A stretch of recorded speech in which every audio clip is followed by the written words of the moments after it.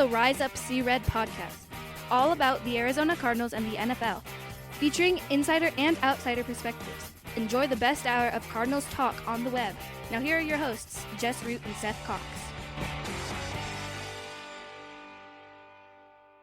Hello, Arizona Cardinals fans, and welcome to the latest edition of the Rise Up See Red podcast. I'm your host, Jess Root from CardsWire.com, the NFL wire site covering the Arizona Cardinals.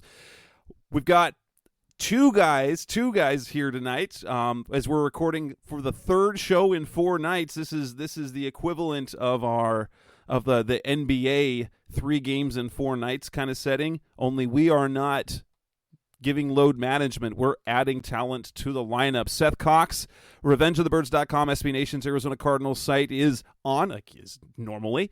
And joining us for a part of the show, for the most of the show, is Justin Higdon, Seth's co-host for the Original Draft Breakdown podcast. So it's basically a bonus episode of the Original Draft Breakdown podcast on the Rise Up See Red podcast. Here, where I get to play, I just get to drive a little bit and let them do their thing. But Seth, welcome as always. Justin, we'll have you on. We'll thanks for coming on. In the first part of this show, though, we're not going to jump right into Senior Bowl, which is the majority of what we're talking about in this show. But we've got some more coaching updates to talk about for the Arizona Cardinals, because while we were talking about, when we recorded Sunday night, it was 3 finalists. The Cardinals are now down to 2 finalists, Mike Kafka and Lou Anarumo, because Brian Flores, no longer a candidate because he took the defensive coordinator position with the Minnesota Vikings. So instead of taking that interview, which he would have had on Wednesday, he takes the job that he has available to him as a defensive coordinator, which honestly is a step up from what he was doing. He was a senior defensive assistant. With the Pittsburgh Steelers, and now he gets a full-on coordinator position with a team that could use his services and toughen up that defense there in Minnesota. But, Seth, did you find it surprising that when he had a head coaching position available on a team where if you look at outside the building, he seemed to be the favorite to get the job? What are your takes? Was that surprising for you that happened? It was one of those things, and I think, one of my writers today kind of put it best, like, especially when it comes to the Arizona Cardinals, a bird in the hand, like take what you're going to get, right? And you've got that offer. I get wanting to see this through, but it's also getting to the point for a lot of the candidates for things like assistant coaches, offensive coordinators, defense coordinators. It's getting to the nitty gritty where they have to kind of make decisions for what's for them. And I think doing that instead and, putting themselves in a position to potentially, just have a job next year, as opposed to kind of waiting to see what the Cardinals do next week, because it's seeming at this point, and this is going to come out before the Super Bowl, it's seeming at this point that we're not going to hear anything and probably until next Tuesday at the earliest, I would guess, right? You would think, based on, well, more than anything, and Ian Rappaport brought this up when he was talking to Bo Brack over at PHNX Network, and Michael Bidwell, who the team owner, who is involved with the interview process and the decision-making process, he is in full-on host mode. He represents Arizona in the Super Bowl, since the Super Bowl is being played here in the Cardinals' home stadium, State Farm Stadium. So not only are they going through these coaching interviews, but Bidwell is playing host to basically all the tourists, the entire NFL, and the Chiefs and the Eagles. And so while the interviews are Mike Kafka's interview happened on Tuesday. We're recording Tuesday night. I wish it would be fantastic if we could get a scoop onto how that went. Anarumo is scheduled to interview on Friday, and And while I certainly think it's possible that if in that case that interview goes well, where we could hear a report late Friday or even on Saturday that they're closing in on a deal, but likely they probably want to wait till after the Super Bowl to sort of let the Super Bowl and the Phoenix area be kind of stay in the spotlight for the league.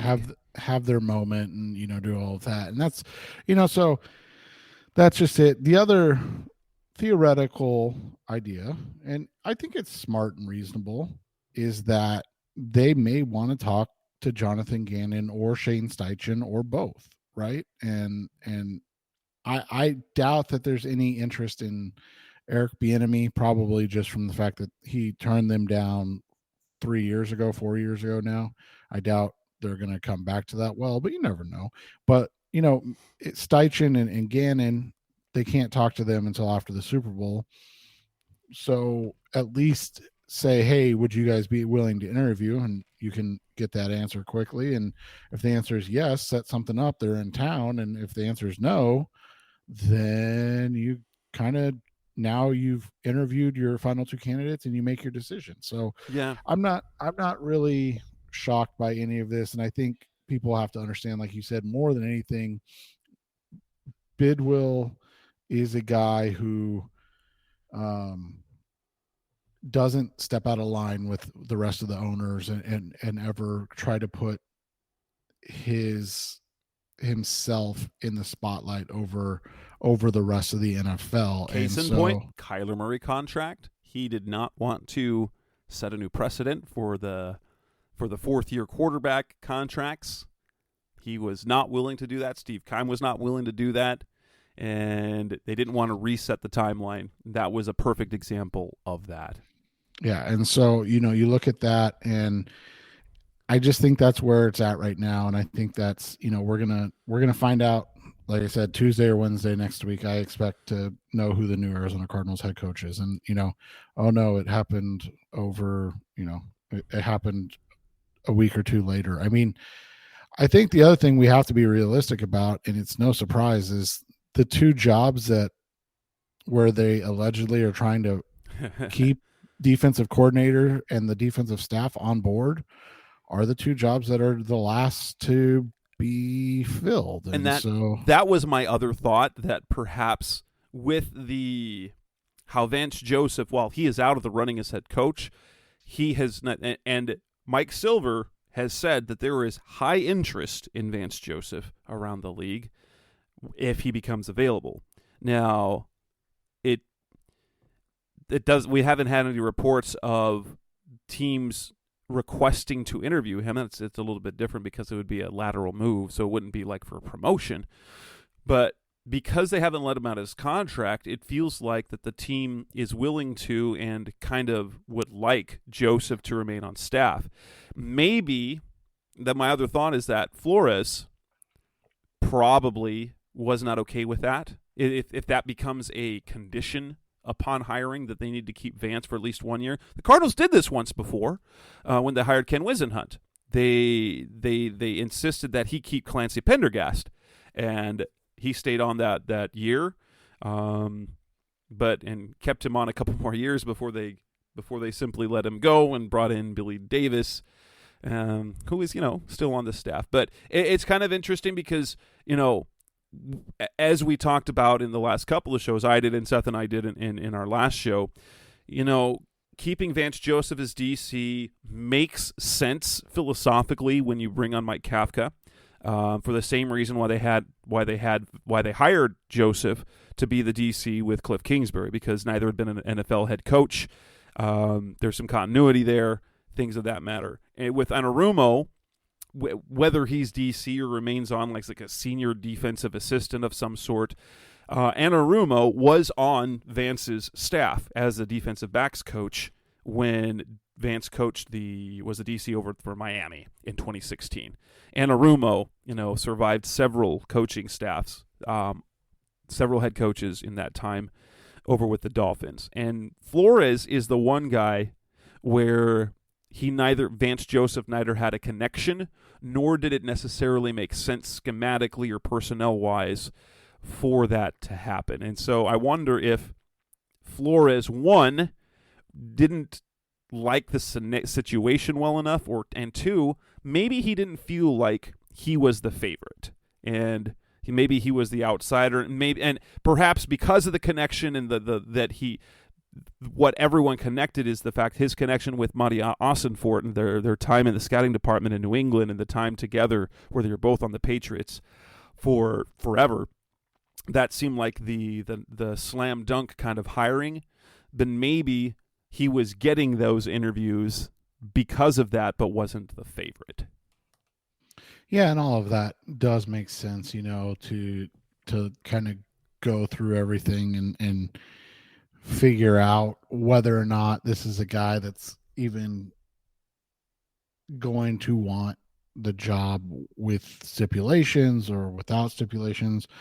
And quite frankly, after what Mike Florio said on his podcast, it's kind of a relief, is it not? Because Florio said, and this was 2 weeks ago at this point, that he wouldn't be surprised if Brian Flores included the Cardinals in the lawsuit. I know they're semi already in it, but the Cardinals in the lawsuit if they hired anybody but Sean Payton. And so taking himself out of the running, it kind of takes away from that, right? Like at that point, you can be like, well, you were in consideration and you backed out. Right. So yeah, I mean, it's one of those situations, man. It's crazy to think about, and it's been a long process, and we kind of saw this coming from the beginning, and we knew that it wasn't going to be the hot commodity, and now it's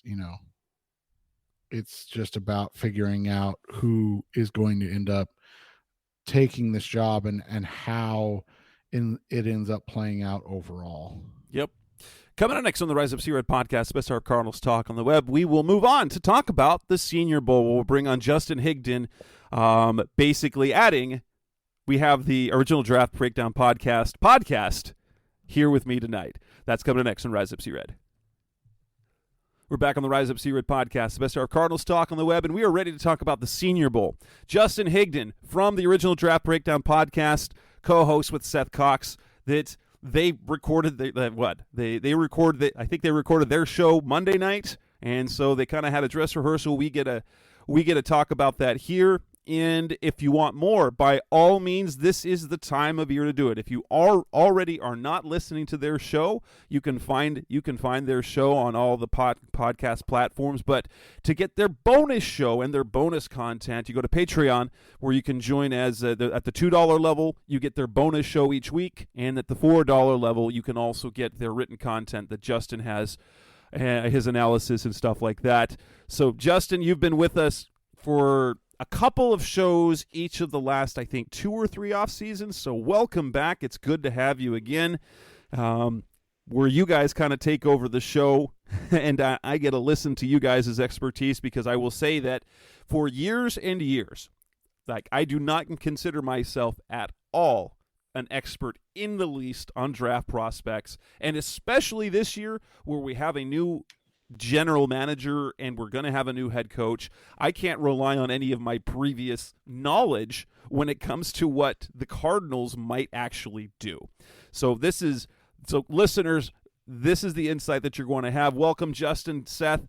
We're going to start by talking about the Senior Bowl. They had the week of practices. You had the game this last Sunday in Mobile, and we're going to talk offensive prospects, we'll talk defensive prospects, and towards the end of the show as well, we'll have a segment where we bring up if there were anyone who disappointed, perhaps didn't help their stock as much, or perhaps just didn't they hurt their stock a little bit. So, Justin, welcome to the show. Glad to have you on.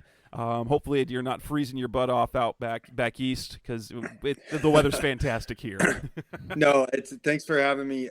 It's always fun to join you guys after the All-Star games, and then again, usually we talk around combine time. So, it's really fun. I love the fact that Arizona Cardinals fans are so into the draft. I grew up a Cleveland Browns fan, as many people know, So that's kind of why I got into it, because that was really our Christmas. We didn't have a playoff team for 30 years, and it's just one of those things where, hope springs eternal in the NFL draft. So it's always fun to talk about it. And these All-Star games are even though lately they're kind of different than they have been over the last 3 years, that they've kind of become a different entity, with guys going back to school for extra years of eligibility with the NIL stuff. But it's still intriguing to see how guys do in these settings and which guys get the hype from the big draft nicks. And what's important to note is that with the Senior Bowl, that's a little bit different, is that these are not the underclassmen. These are the ones who are graduated or who are actually seniors or completed their degree requirements as an underclassman, and so they became draft eligible that way. So these are not your underclassmen who will fill the upper rounds of the draft. These are guys who have had an extra year of eligibility. But let's start on the offensive side of the ball. Seth, Justin, if you could pick out the guys that stood out to you the most, who are the offensive standouts and the surprises from not only the game, because the game is just a small piece of that. That's the bright lights part, but also in practice.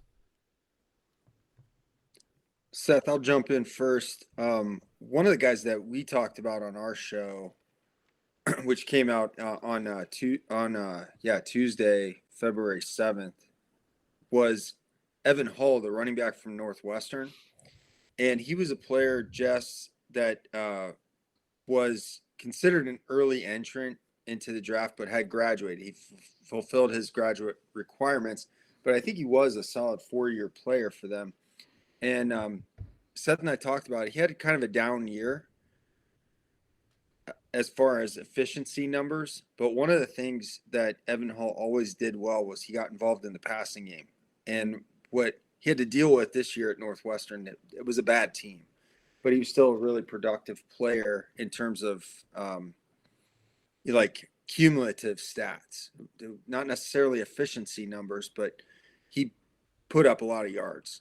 He scored touchdowns. And here in the Senior Bowl setting, he was one of the better practice players that people saw out there. And then in the game, he led all running backs in rushing yards, all players in rushing yards during the game. He started off the game with a 24-yard run. It was an impressive play. And he's very good pass receiver, good pass protector. And I think he took himself from being a possible undrafted free agent to being a day 3 pick. He's got decent size. He's I think he's 5'10", 5'11", like 215. He's going to run in the high 4.5s, low 4.6s, which is solid for a running back. But he just knows all the nuances of the position. And I think he's going to be a really good rotational player. He's probably going to end up with like the Chargers. They always seem to be able to pick late round running backs who can catch the ball and turn them into stars. So Evan Hull reminds me of that kind of guy. Maybe like a Patriots back too, where they kind of approach running back a similar way, where they'll have these tandems, these groups, these running back groups, and they get the best out of the guys that they have, and they pay very small dollar amount for them. Sticking with the running backs, another guy that we've talked about a ton on our podcast, and a guy that is going to be really intriguing where he ends up in the draft process is Tulane running back Tyjae Spears. Spears had a monster year. He's kind of the opposite end of the spectrum when it comes to production.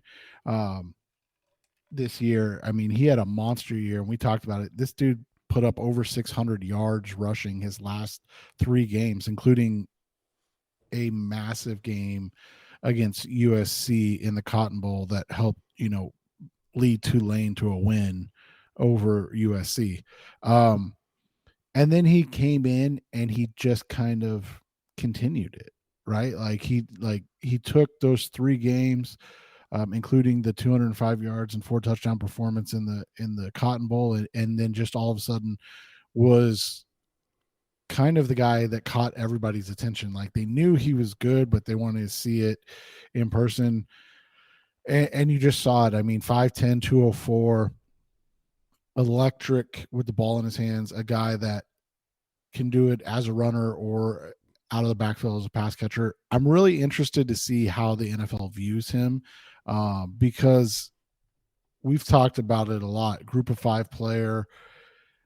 As an every down back, he's like borderline at that 204 weight, right? But like, the way that he moves, I'm going to guess he's going to be a low 4.5 guy. Justin, jump in if you think differently. But I think he's going to be faster than that. I think he's going to be a 4.4 guy. And size wise, you got a good comp to Devin Singletary. Where did he go, Seth? Was he 4th round? I think he was the 3rd.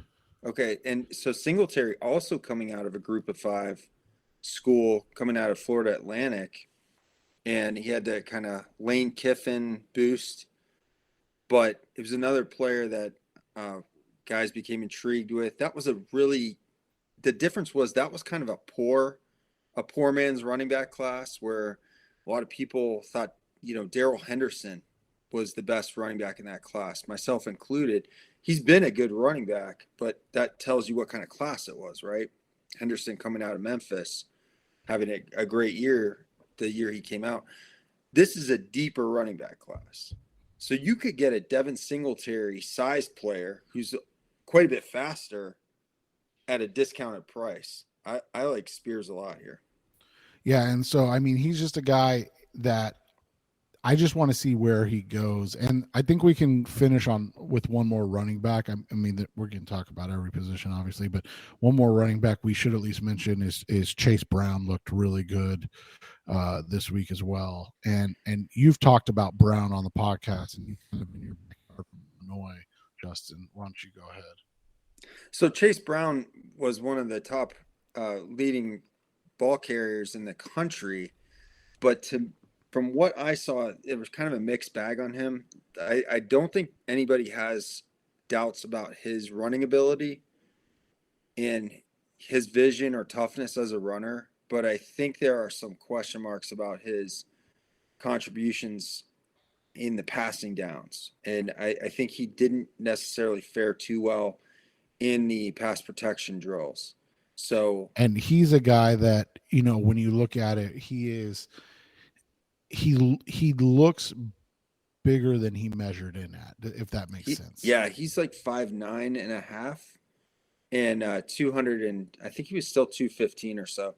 But it's interesting because his twin brother, we can circle back on this, but his twin brother plays safety and came in a little bit taller and actually really had a good week as well.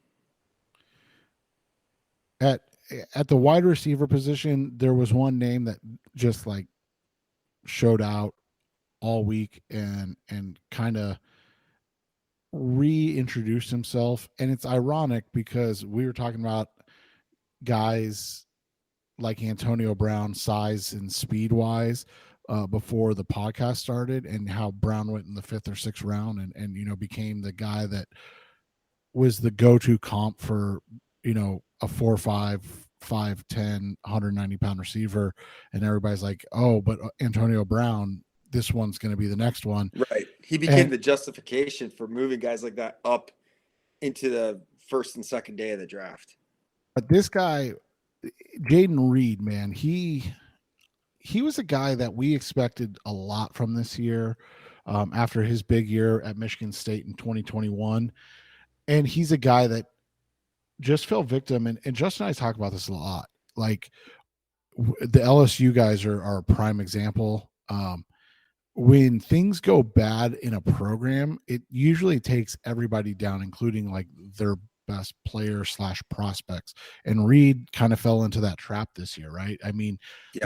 they go 11-2, finish 9th in the country, and they do lose Kenneth Walker III, who obviously is a freak stud. Like any type of adjective you want to use towards him is fine, but they bring back almost everybody else.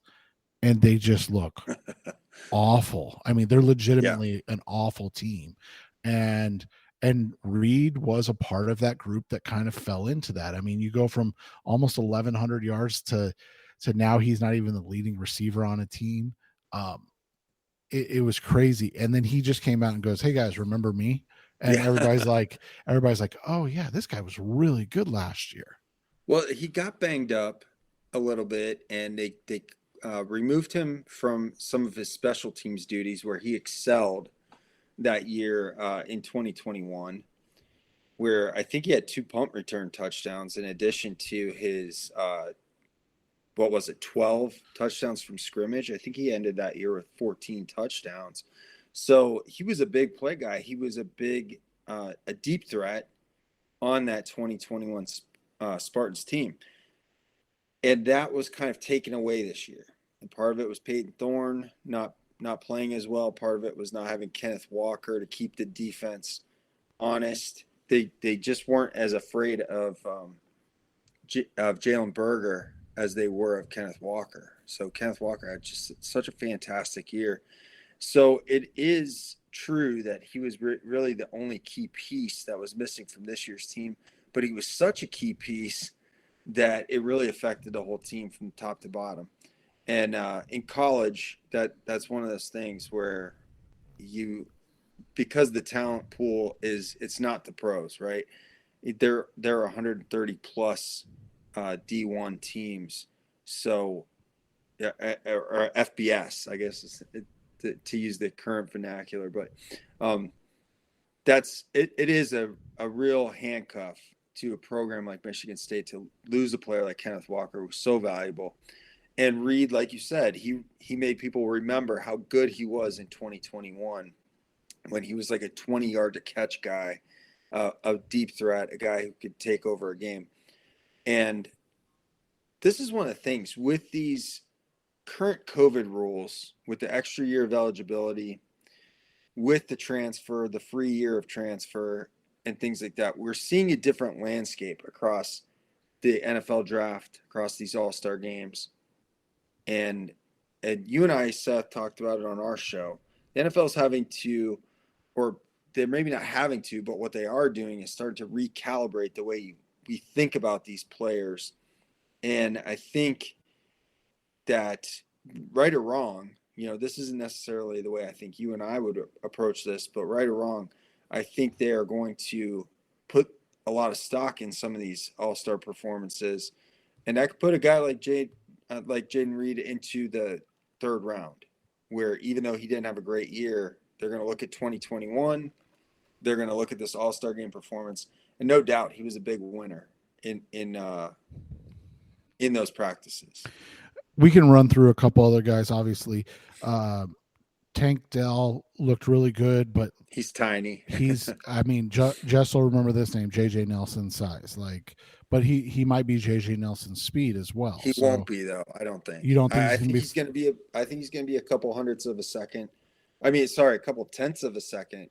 So someone behind. That small and lean in the low 4.4s is different than in the upper 4.2s.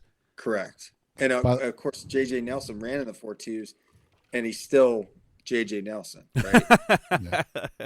And you look at another guy I bring up, Jakeem Grant was like that too. Both those guys have had a role, right? But how high do you take a guy like that? Trey Palmer played really well this week, turned a lot of heads again. Now, he's a player who, at his size, 6 foot, 190, 195 pounds, he says he can run sub 4.3. If he does, that's a big difference than a 5'8" guy, 163 running a 4.3, right? Yeah. Rashee Rice, he just kind of looks like he belongs, if that makes sense. I mean, when you get guys from SMU that play in that, and everybody kind of plays in the spread offense anymore, so it's not as critical, but he just looked like a guy that belonged on the field with all the top prospects, did he not? I'll tell you this. I heard a mixed bag about Rice from the practices, but he's expected, and he came in a little bit. They listed him at 6'2", and I think he came in closer to 6 feet, but he still was around 200 pounds, which is fine. Now he's expected to run in the 4.4s and low 4.4s and have an explosive lower body strength, like vertical jump, broad jump. That's going to be something key to watch because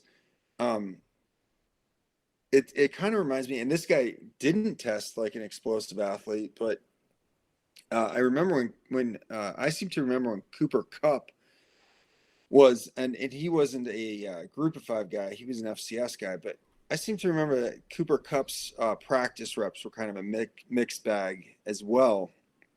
He goes in the 3rd round and becomes one of the top receivers in the NFL.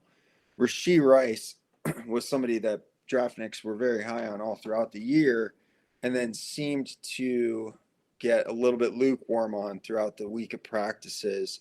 So I guess I would throw the caution flag out and say, wait, don't get too down on this guy yet. Let's see what he does at the combine. He was obviously extremely productive in this past season at SMU. And then the last guy amongst the wide receivers was Michael Wilson, the Stanford. And again, you want to talk, the conversation we had about Jaden Reed goes for Michael Wilson as well, right? Like a guy that is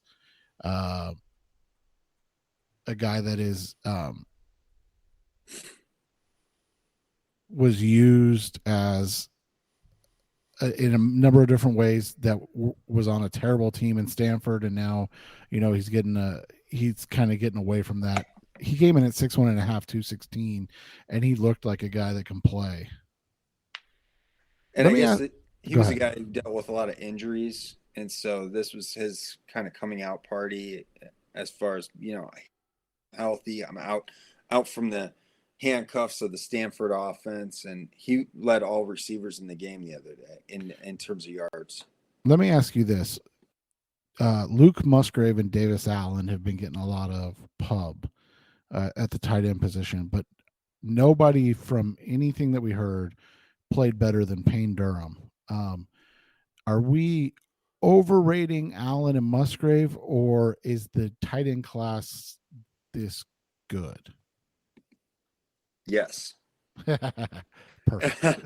No, I think well, Allen was a weird one to me because it didn't seem like anybody was talking about him all throughout the year. He did have a good year statistically, but that was really his only year. And then Musgrave has been kind of getting hype. If you look at Big Draft, he's kind of been getting hype all year, but he was injured and didn't play much this year.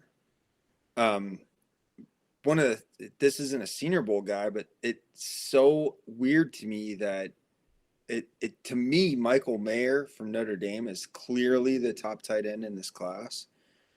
Just size, speed, youth. He's an underclassman.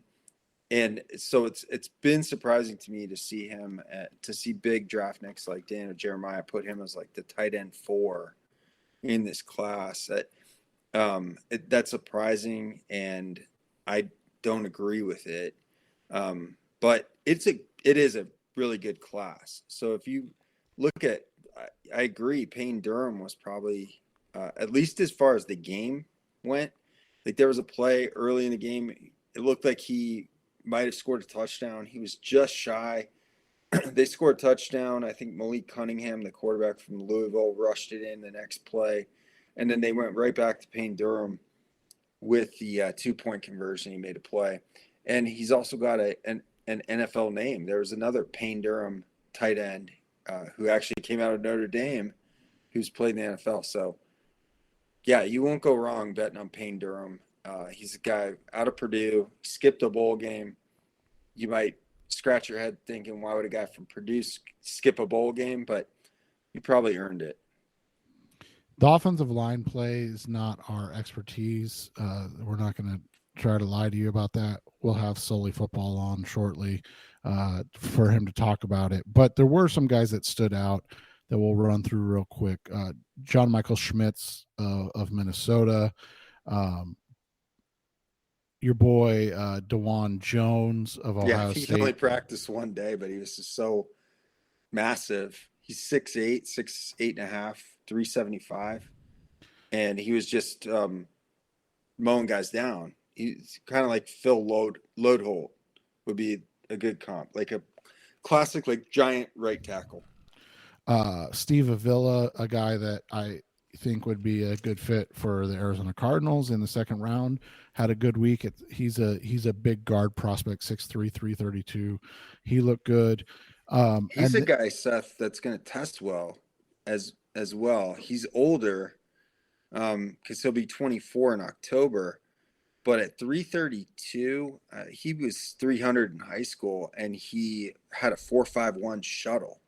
Like, that's really good agility. So he's the anti Dorian Johnson, if you remember him. Oh, yeah. Right. The Cardinals drafted him, and he was going to be a plug-and-play starter. Yeah, steal of the draft, man. To plug the Draft Breakdown podcast, the original Draft Breakdown podcast, we would have told you that was not true. And then Darnell Wright, who's picking up steam as a first-round pick. And I saw somebody mock that. I want to give them credit, but I cannot remember off the top of my head. Wasn't it PFF? Was it PFF it was before the Senior Bowl. And Wright looks like a guy that can be a dominant right tackle. So another guy, 6'5". He came in 6'5", 342, 34-inch arms. That's all the measurables you want. He's kind of a small guy, yeah. Yeah, he's a tiny guy. He's only going to be 22 in August. So, and he weighed 320 in high school. So he was already a big dude. So you look at the high school testing, he ran a 5.3, which is pretty average, but 4.75 shuttle for a guy that big in high school, you probably are going to be able to project some improvement there. If you're talking about a right tackle, he fits the bill. And what I like about him too, he was a 4-year starter. You know, it's kind of, you have to do some fuzzy math because of the COVID year. But Wright started enough games that you could consider him a 4-year college starter at a big program. And I like that. I love going with the 3 and the 4-year college starters at line, especially if they could test up to NFL quality athlete levels. All right. Coming up next on the Rise Up C-Red podcast, the best of our Cardinals talk on the web. Let's move on and talk about the defensive standouts from the Senior Bowl. Well, actually, it'll be more like they talk about it and I listen and learn. That's coming up next on Rise Up C-Red. We're back on the Rise of C-Red podcast, best of Cardinals talk on the web. After talking about the offensive players and the standouts and surprises, Justin and Seth continue talking about the defensive players. Who were the ones who stood out the most and surprised the most? Let's hear more about the defense now. You want to go back to front on this one, Justin? So let's start with the guy that's been a favorite of the original Draft Breakdown podcast for the last 2 seasons, and that's Riley Moss. Yeah, I love talking about Riley Moss because he's 6 feet, 190 plus pound cornerback from Iowa, and he's a legitimate track athlete. He was a guy who had 11. He ran 11, 10, 100-meter hurdles in high school. Yeah, the 110-meter hurdles. Yeah, right. He's really fast. He's gonna run in the 4.4s. He probably would have come out into the draft last year had he not injured his knee amid what was his best season. But he was able to return from that knee injury. Luckily, I think it was a PCL. So he was able to return, play this year, play well, play at a high level. Of course, the chatter early on was that they were going to move him to safety. Why? Because he's a white guy. And there hasn't been a white cornerback in the NFL, since Jason Sehorn? Yeah, I think they tried. Is that really the case? I'm pretty sure. Wow. As far as a starter, and they tried the kid that came out of Penn State. His name escapes me a couple of years ago, but he was a really super athletic, high-end tester that played safety at Penn State. He went to the Washington football team / Commanders, and I think they tried him at corner, but he wasn't a starter. Riley Moss projects as a guy who can start, and the early returns were good on him. I don't know if he actually ended up playing in the game, but he's a ball hawk. He's a fast guy. He's got good size. Not quite the arm length that you want at corner, but decent, and a player who's got quick feet, who's going to be able to stay with the receiver. So I really like Riley Moss. Had he come out last year healthy, I would have said day 2 player. Now you could probably get him on day 3, and he's going to be an exciting player for you, and he's going to be kind of making history, at least as far as this century, the 2000s. A guy that Jess and I have watched, Caillou Blue Kelly from Stanford, had a really nice week. Another corner. He's an interesting one because he feels very Stanford corner like, right? Because he came in at 6 feet 190. He's gonna be like a mid 4.5s guy, but like he has great zone instincts on the ball, and he likes to come downhill and tackle. So if you are going to be a team that runs a zone heavy scheme, he's going to get drafted in like the 3rd or 4th round, and people are going to be like, why didn't he go earlier? Well, it's because he's going to be a guy that's, a good size, 6 foot 193, but he's going to be an average testing out athlete relative to the position. But he's just a guy that seems to get by on his understanding and instincts, and that's just something it's tough to quantify, right? He's also Stanford cornerish in the respect that his best year came the year before he was eligible to come out into the draft. So it's one of those things where he was getting a lot of hype early first round. He was in those way too early mocks in the first round, and then it didn't really live up to it this season, but then came out in the early practices. I'm not sure if he closed the week out or if he even played in the game, but in the early practices, he was a standout. And what we talked about on our show, Seth, was that he says he modeled his game after Denzel Ward.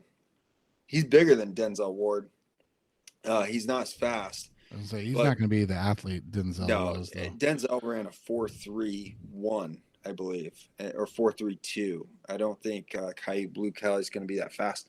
But you mentioned the physicality, the ability to play downhill and make big plays, hits at the line of scrimmage. That's a good quality to have, and he does have better size coming out than Denzel had.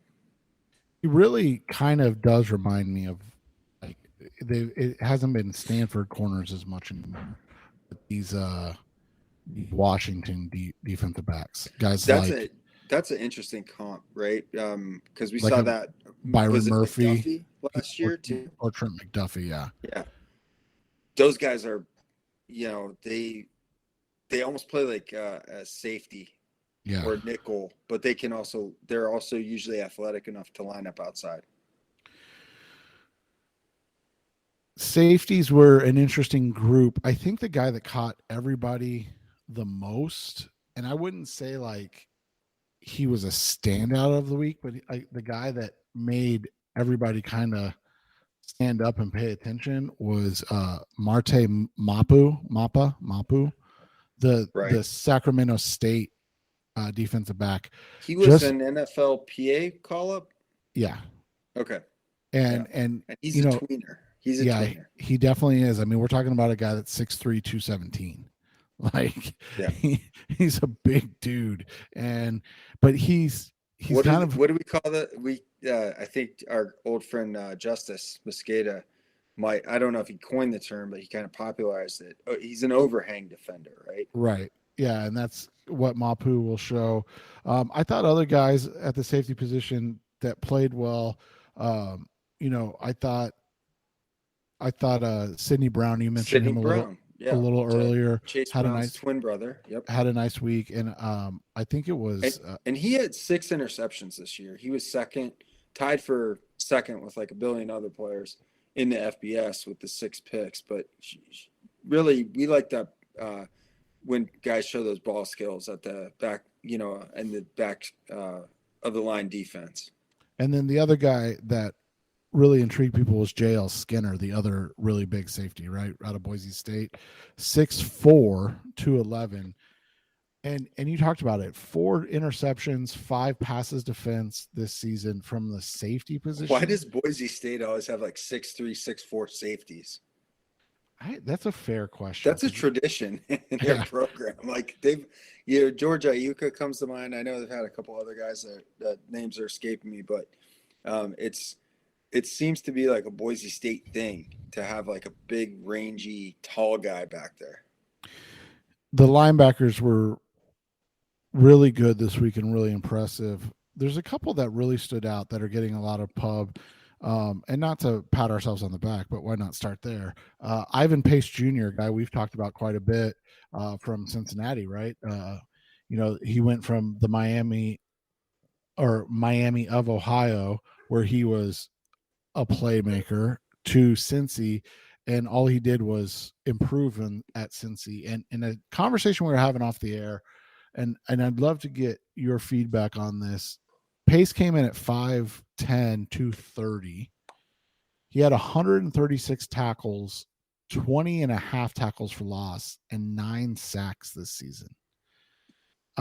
He had 7 sacks as a freshman at Miami of Ohio.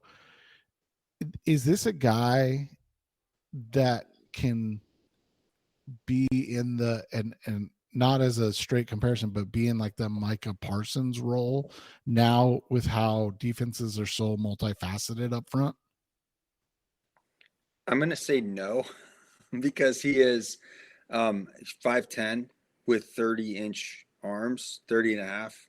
So, and the other thing is Micah Parsons was a true freak of nature. Yeah. He ran a 4.4. He's one of the fastest guys in the NFL. And Pace, the projection on Pace is 4.8. So he's small. He's not very fast. He's got short arms. And he's not old necessarily. He just turned 22 in December. So he's not old, but he's not young either, because he will turn 23 late in his rookie year. But there's no denying this guy's productivity. And what you can kind of glean from his sack numbers is, you can use him off the blitz. He's going to know how to blitz. Is he going to be like that kid from Detroit this year? Pure pass rusher, where he knows how to be a pass rusher. And Ivan Pace is more of an off the ball blitzer, right? He does have some pass rush to him. They used him in that role at Miami of Ohio in the MAC. They used him at that role at Cincy, but you can see he was also used off the ball too. So he's a little bit different. He's not this kind of player where he had big sack numbers, but he's small, and now you have to project him to off the ball. He's already played off the ball too. He's really versatile. And what I like about Pace is just he took a step up in competition. He didn't go all the way up, right? He went from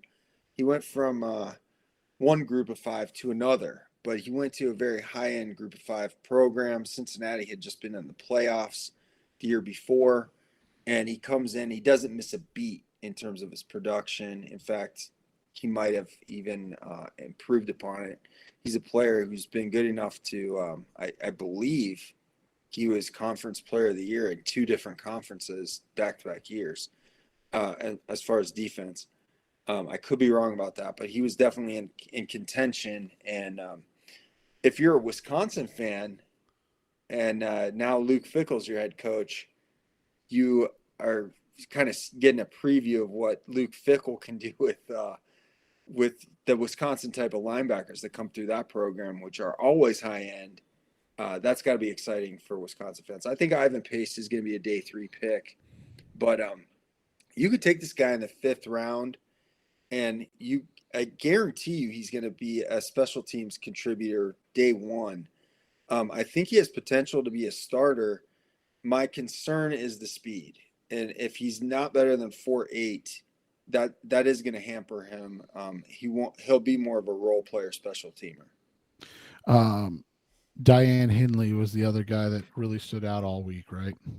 And he, I believe, is a player that is expected to test much better, if I am recalling correctly. Well, he was also a wide receiver when he entered college, right. So I assume he's got athleticism if he could at least play wide receiver at a college. Exactly. And he was ultra productive this year at Wazoo, and people raved about him throughout the week of practices. Yeah, dude, he returned kicks his freshman year, averaged 23 yards per kickoff return. Yeah, he's definitely a player that's physically he's got more upside than Ivan Pace. He doesn't have quite the production. He had production in a different way this year, but definitely a player. I know, one of my good pals is a Wazoo grad, and I know he was a big fan of Henley, and he didn't disappoint. He gets into this setting and doesn't miss a beat, and that always speaks highly of the player, even if the caliber of prospect isn't as high this year as it has been in years past in the Senior Bowl. Any other linebackers we need to mention that off the top of your head? No. They're an interesting group this year. Edge It's rushers. a good group, yeah. It is a very good group. Edge rushers. I thought Will McDonald really stood out this week, but he is a small dude. So there are a lot of people that I've talked to and communicated with about the Senior Bowl who said that Will McDonald has the best pass rush moves of any edge player that was there. But where he comes in at 6'3.5", 241 pounds, he's light. He's small. But here's where you can maybe look at some of these guys like James Houston or like Hassan Reddick. I mean, he's bigger than those guys. But McDonald had 35-inch arms. He's got extremely good arm length. And so if he can use those long arms to keep the offensive lineman out of his chest, that's huge. He's going to be 24 in June. He's old. But for a pass rusher, I don't think we're as concerned about that age, especially if you're talking about third, fourth, fifth round, right? I don't think McDonald is going to go in the first 2 rounds. But if you're looking for a really good value in the 3rd round or 4th round, this is a player, he's expected to run around a 4.6. So he's got some explosiveness to him. Even though he's older, he's got length. He doesn't have the ideal size that you want, but he has the pass rush moves. He's played at a Power 5 school. It's been a successful program while he's been there. So I really like him. He's a great bargain in this draft. I don't think you're going to have to pay that 1st or 2nd round premium. A couple other guys that stood out. Keon White is all of a sudden flying up draft boards. Obviously, he's already 24. I don't get that. Obviously, the big name was Daniel Jeremiah, listing him 8th overall, but he's starting to get 2nd round mocks, which I think is more realistic. But he's kind of on the opposite end of the spectrum, right? He's 280, so he's 6'5", 280. So I think he is an edge, a big edge. So that's going to be certain schemes are going to, he's going to have to test really well to be a fit for all schemes at that size. But there are a lot of schemes in the NFL that are going to use a guy that big on the edge. And he doesn't have super long arms like Will McDonald does, but almost 34-inch, over 33.5. Can he kick inside at all? That's a good question. I think he will be able to, if with the explosiveness. He seems, and Justin brought it up the other day. I think his like high end would be, I mean, obviously super high end would be like a Cam Jordan. Cam Jordan. Yeah. But that's really high end. Yeah, but like, what about a guy like Stephon Tuitt, who is a little bit heavier, but and I was going to say Cameron Hayward too, if we're talking about Steelers guys, but I think he was heavier too. And we don't necessarily know the athleticism of this guy, but a guy you and I liked, I think more than a lot of draft Twitter, was DeMarvin Leal last year. Could he be that kind of guy? This guy screams Steelers, right? Yeah, Steelers. But not in the 1st round, in like on day 2. And then it's interesting because this was a group that it's older. right? Like you said, like there's a lot of older guys in And this this guy's group. coming from Old Dominion. I think he only played 1 year at Georgia Tech. Yeah, he started as a tight end, if I remember right. Well, the scouts are nerds. They love that kind of versatility, He right? played he did play 4 games last year, so maybe there was an injury. We'd have to probably double check that. But yeah, he But played Daniel 4. Jeremiah really set this guy's hype on fire by saying he was eighth overall. And I think you and I touched on that on our Patreon episode last week. But that's I'm not going to call. I think to call it irresponsible is too strong. But it's one of those things that you and I, as we're kind of draft nicks / draft critics, aren't we? Yeah, Because we'll look at something like that and be like, that doesn't add up. Like that just doesn't make sense philosophically, scouting wise. Like if you're, we throw a couple bucks on a game here and there. If you're gambling, is that the kind of bet you're going to make? That's right. that's kind of bet you make after you've had some tequila shots at like 2 a.m, right? Right. And that's when you're throwing out that kind of money. Which we might do next weekend in Vegas. Right. But Uh, Another guy that really stood out that has been on our radar since the beginning of the season is Keanu Benton, the Wisconsin defensive tackle. But he wasn't alone. Yaya Diaby out of Louisville had a good week. He's an interesting guy because he's kind of like an interior slash big, like small interior slash big edge at 6'3", 270. And that's going to be what's intriguing about him, is because that's how they used him at Louisville. He wasn't a straight up just like edge guy.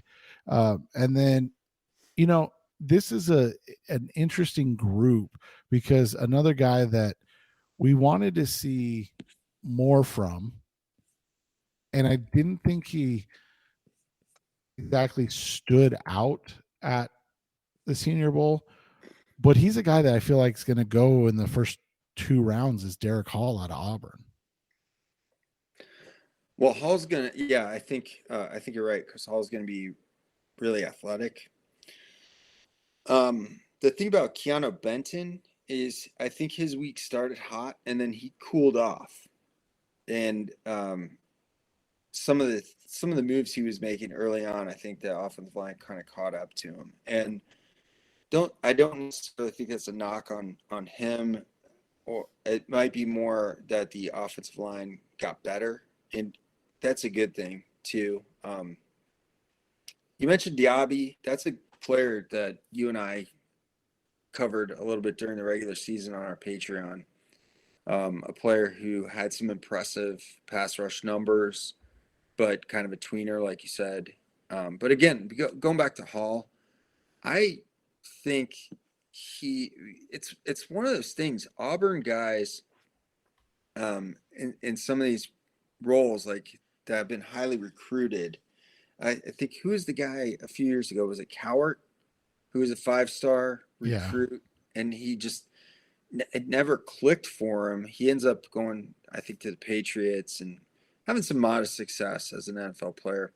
But Derek Hall came in. He's a little bit short for a defensive end, and that sounds weird because he's almost 6'3". But he's got those long arms. He's only going to be 22 in March, and we know he's going to be a really good athletic tester. So any lack of production, I think, is going to be mitigated by what I think is going to be a really good combine or pro day from Derek Hall. And he's another guy like Benton. I think he started the week hot, cooled off a little bit, and then we stopped hearing about him. Anybody else you want to talk about before we go out to a couple of the fallers of the week? Let me check real quick, because there were a couple. I know you and I kind of meshed all of our Senior Bowl, Shrine Game, NFLPA together. So yeah, no, I think we're clear on the Senior Bowl guys. I think we've covered a lot of ground. Like it was a good week, but again, I think this is a Senior Bowl that's just a little bit lower end talent than what we had become accustomed to before that weird 2020 COVID year kind of threw everything into a spiral. Coming up next in the Rise Up Seared podcast, the best of Cardinals talk on the web, we will wrap things up talking about the guys whose stock fell a little bit, who disappointed, who hurt their stock, who didn't do as well as they'd hoped. That's coming next on Rise Up Seared. We're back on the Rise Up Seared podcast, the best of Cardinals talk on the web. One final segment with Seth Cox and Justin Higdon as they talk about the kind of the fallers. They've talked about the defensive standouts, the offensive standouts, but who are the players that were expected to do more? Maybe their stock has fallen a little bit, didn't do as well as they thought. Who are those guys that have some work to do in the combine / pro day things that they've got coming up over the next several weeks? Everybody that plays quarterback. Yeah, I was going to say, I think we got to start with the quarterbacks, right? It was not an impressive quarterback group from everything that you've probably heard and anything that you would have seen had if you looked at the tape from the practices, from the game. I don't know that he hurt his stock any more than it was already just kind of hanging out, but it was Max Duggan. Seth and I talked a lot about how those last few games, Duggan really made a ton of plays against Kansas State in that Big 12 championship game. He kept his team alive. He got that game to overtime, and that's probably what got them into the playoffs. But then in the playoffs against Michigan, against Georgia, he turned the ball over. He looked kind of lost at times, and then he measures in very small. I think he was listed at 6'2" and like 215, and then he came in. He was 6'1", 204. So he's like a lot of these all-star quarterbacks from the Hula Bowl, from the Shrine, from the NFLPA game, where they're all like in that 6 foot, 6'1", under 210. Like this is a small, old quarterback class. At least Duggan is still only going to be 22 in March, and he's very athletic. He's going to run a good time. He'll run in the, I think, low 4.6s. But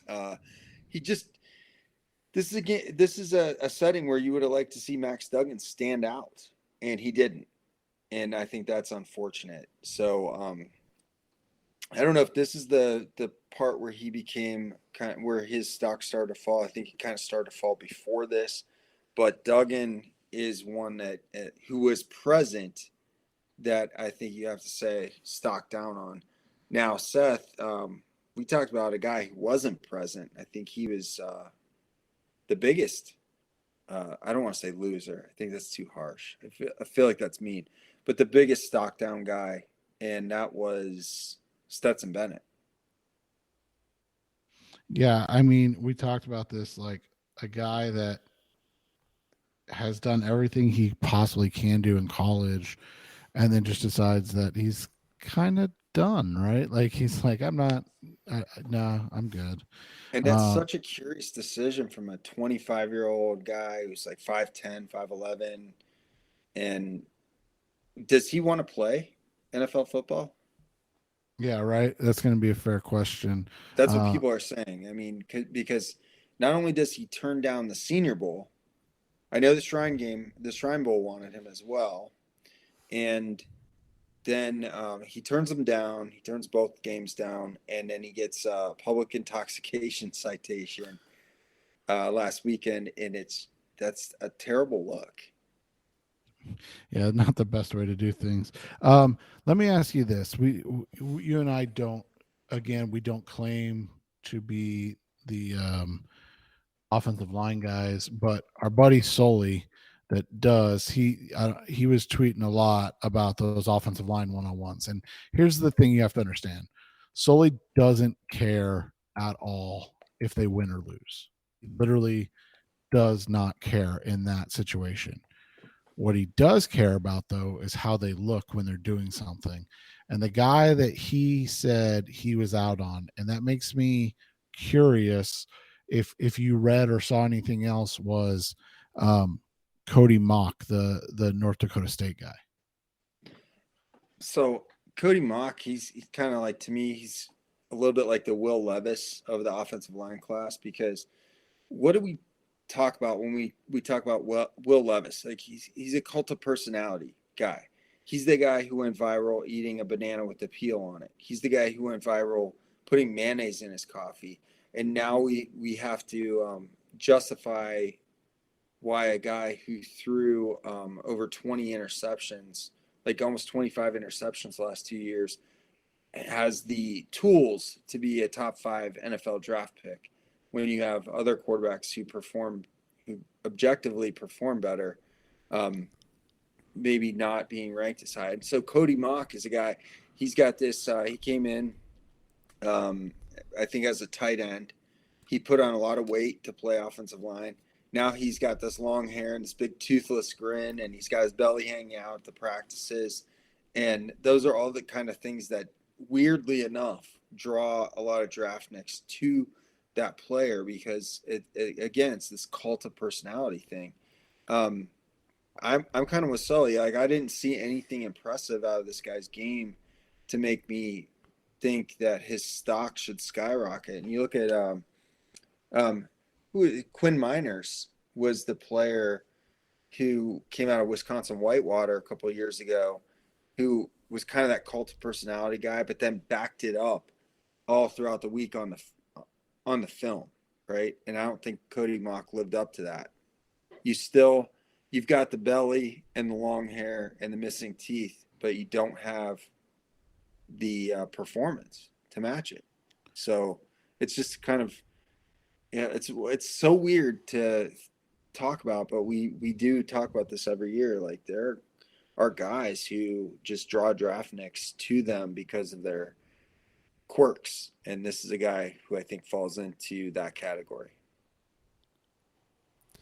Anyone of note that the listener should know about whose stock might have fallen a little bit?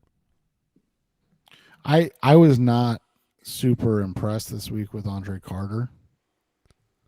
I don't know how Justin That's a feels. good one. That's a good one because he'd been getting like first round buzz and then like back into first round and then top of second round buzz. This is a guy that had 14 and a half sacks last year and looked fantastic at times. And then this year he followed it up with 3.5 sacks. And I get Army plays in a conference and plays a lot of teams that aren't going to allow you to get sacks a ton, but he's just a guy that didn't look,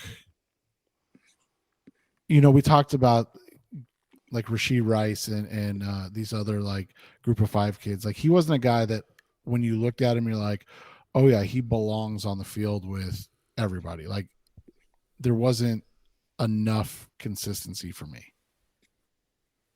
Right. The fall off in terms of the sack production it has to be concerning, right?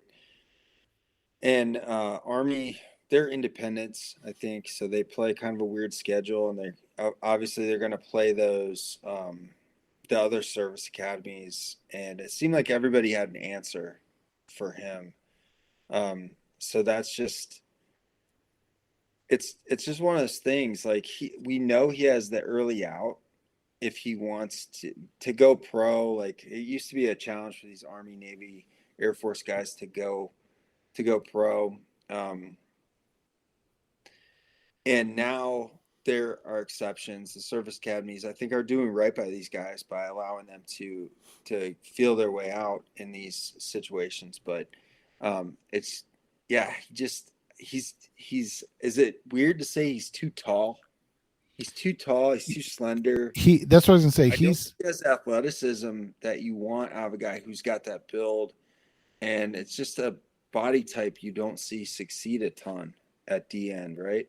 Right. And there's a clip on Twitter where he's in one-on-ones with DeJuan Jones, and it legit is like watching. And this is gonna sound awful when I say this.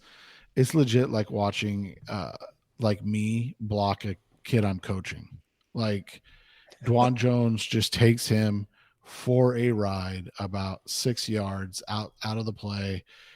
It was crazy to watch, and you're just like, you're just kind of like, okay, like how is this guy a first rounder? And DeJuan Jones is getting talked about in the bottom of the third round. So let me throw this out here about DeJuan Jones, because it's not really answering Jess's question, but I think it's a point that I would like to raise about these All-Star games. Steve Hutchinson, I think DeJuan Jones only practiced day one and then kind of he got a concussion. Okay, so he did have a legitimate reason, but Steve Hutchinson, who of course he's a Hall of Fame guy, right? He's a former Hall of Fame NFL lineman from Michigan. So he said, watching all this college football all-star game film, if you're an O lineman that thinks you've had a few good days of practice and end up skipping out on the game to keep your stock high, not sure I want that kind of guy on my team, hanging others out to dry, wrong position to be selfish. It's not clear to me who he's talking about, but you can deduce from the players who practiced early in the week that didn't play in the game who he might be talking about. But this was what I found odd about this tweet. Jim Nagy retweeted this. He quote tweeted it, and he said, "Facts, straight from a guy with a gold jacket." That's, first of all, Jim Nagy needs to look up the definition of fact. That's clearly an opinion. And second of all, I'm not sure that's the kind of tweet you want to make if you're trying to get guys to come to your game, right? I think that would have been what that would is evidence of frustration of, you know, like Right. he recruits these guys to come to the game and he wants to showcase them. And I think that's fine, but that is also the kind of thing that got Phil Savage in trouble when he was the director of the Shrine Game, because the Senior Bowl, because that was back when I was actually able to go in person before I had kids. And Phil Savage would get out there on day one, right before the weigh-ins, and he would talk about all the guys who didn't make it. And that couldn't show up. That they didn't come. And it was like, dude, do you want guys to come to your game or do you not? Maybe poo-pooing them in front of everybody isn't the way to convince guys to come to your game. So I just found that interesting. I think Nagy, I have my differences of opinion with Jim Nagy, but I think overall he does a good job.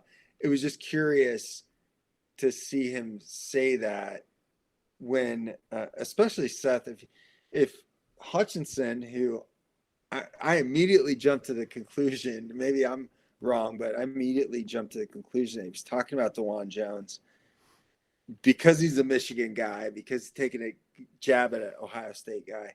And then for Nagy to just kind of blindly retweet that, I just thought that was interesting. If you don't want guys to show up, that's a good way to do it.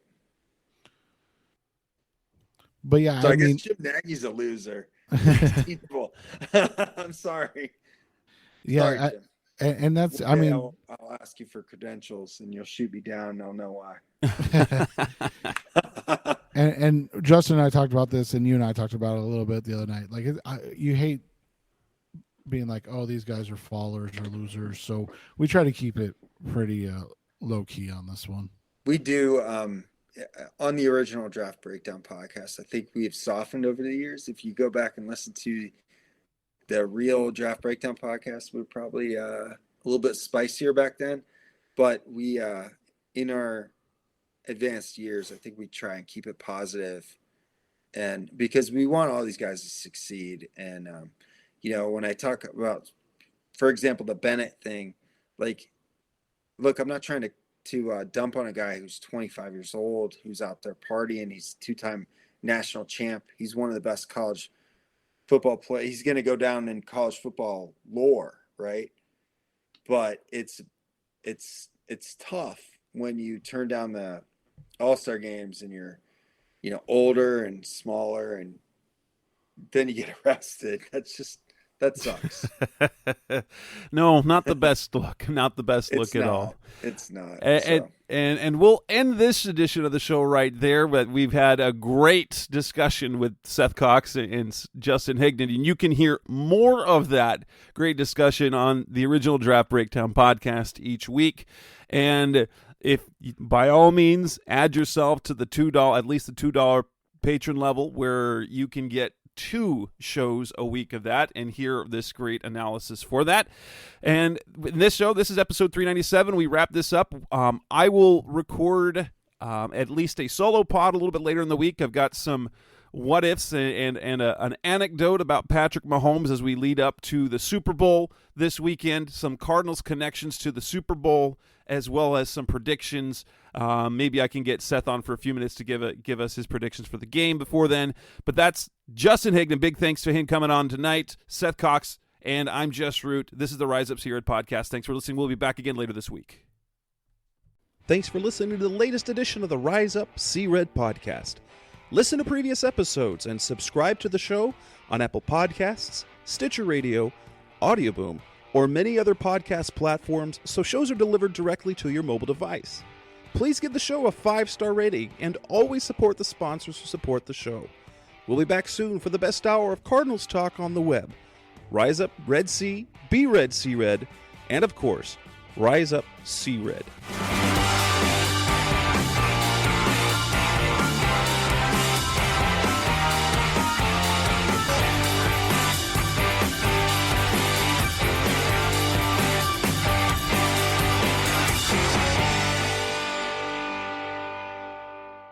Roll!